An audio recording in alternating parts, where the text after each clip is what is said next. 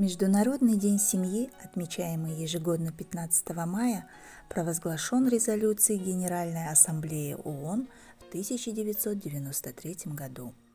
По мнению ООН, когда попираются основные права одной семьи, единство всей человеческой семьи, членами которыми они являются, находятся под угрозой. С семьи начинается жизнь человека. Здесь происходит формирование его как гражданина. Семья – источник любви, уважения, солидарности и привязанности, то, на чем строится любое цивилизованное общество. Семья – это главное в жизни каждого из нас.